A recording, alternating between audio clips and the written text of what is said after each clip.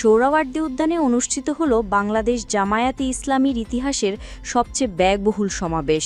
1 মাসেরও বেশি সময় ধরে প্রস্তুতি, বিরামহীন প্রচারণা আর বিশাল আয়োজনের মধ্য দিয়ে রঙিন এই মহাসমাবেশে যোগ দিলেন লাখো নেতাকর্মী।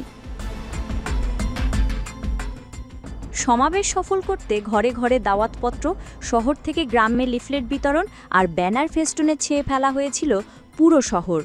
অনলাইনেও চলেছে বিরামহীন প্রচারণা, যাতে খরচ হয়েছে বিপুল অর্থ। ঐতিহাসিক সোহরাওয়ার্দী উদ্যানে এই প্রথম কোনো মহাসমাবেশ করল জামায়াত। সমাবেশের মঞ্চ সাজানো হয়েছিল জাতীয় পতাকার লাল সবুজ রঙে। অতিথিদের জন্য রাখা হয়েছিল 3 শতাধিক চেয়ার, আর বৃষ্টির কথা মাথায় রেখে পুরো উদ্যানে বিশেষ প্রস্তুতিও নেওয়া হয়।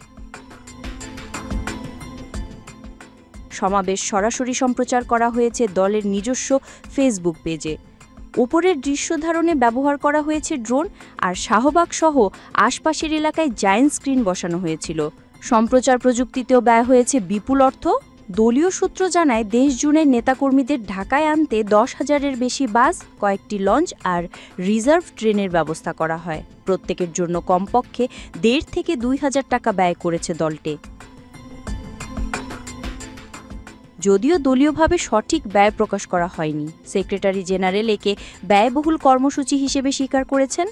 সমাবেশে প্রায় 4 থেকে 5 লাখ নেতাকর্মীর উপস্থিতি দেখা গেছে। সংশ্লিষ্ট সূত্র জানিয়েছে, সমাবেশের সার্বিক কার্যক্রমে দলীয় নেতাকর্মী, সুধী, শুভাকাঙ্ক্ষীরা স্বেচ্ছায় সহযোগিতা করেছেন। তাদের দেয়া অর্থে সমাবেশ সফল হয়েছে।